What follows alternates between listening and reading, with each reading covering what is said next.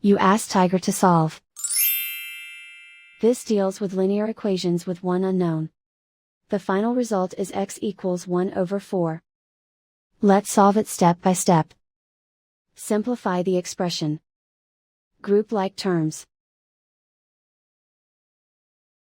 Simplify the arithmetic. Group all constants on the right side of the equation. Subtract 4 from both sides. Simplify the arithmetic.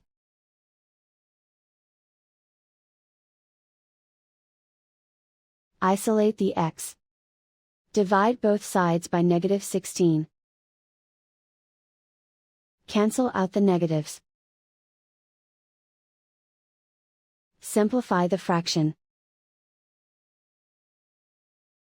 Cancel out the negatives.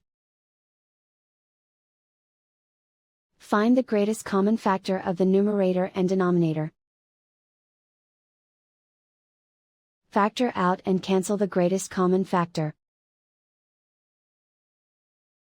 And so the final result is x equals 1 over 4.